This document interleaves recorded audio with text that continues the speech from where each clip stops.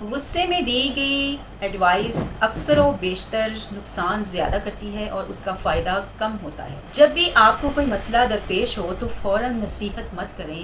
ایک بیس بال کوچ نے اپنی زندگی کا ایک اصول بنایا جس کے بارے میں وہ ہمیں بتاتے ہیں کہ جب بھی ان کی ٹیم ہار جاتی تو وہ اپنے پلیئرز کے ساتھ 2 دن تک کوئی بات نہ کرتی، کیونکہ وہ کہتے ہیں کہ جب میں ان سے پہلے بات کرتا تھا، ان کو ڈانٹتا تھا، تو اس کا جو نقصان تھا وہ الٹا مجھے ہی ہوتا تھا، نہ تو پلیئرز کی پرفارمنس بہتر ہوتی تھی اور نہ مسئلہ حل ہوتا تھا۔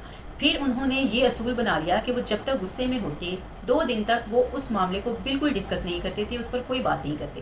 پھر جیسے ہی ان کا غصہ ٹھنڈا ہوتا تو وہ اپنے پلیئرز کے ساتھ بات کرتے، تو جس کی وجہ سے ان کے جو الفاظ تھے وہ بھی بہتر ہوتے اور جن سے وہ بات کر رہے ہوتے تھے وہ خود کو ڈیفینڈ کرنے کی ضرورت بھی محسوس نہیں کرتے تھے۔ جب انہوں نے اس صورتحال کو دیکھا تو انہوں نے ڈیسائیڈ کیا کہ جب تک میرا غصہ ٹھنڈا نہیں ہوگا میں اپنے پلیئرز کو کوئی بھی فیڈ بیک نہیں دوں گا۔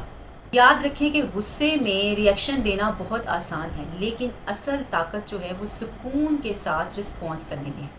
چنانچہ جب بھی آپ کو غصہ آئے تو تھوڑا سا اس بارے میں ضرور سوچئے کہ آپ سکون کے ساتھ رسپانس دینے والے بنیں، نہ کہ غصے میں فوراً ریئیکٹ کرنے والے۔ اگر آپ کو میری ویڈیو پسند آتی ہیں تو اس کو لائک کیجئے، چینل کو سبسکرائب کیجئے اور مجھے فالو کیجئے۔ شکریہ۔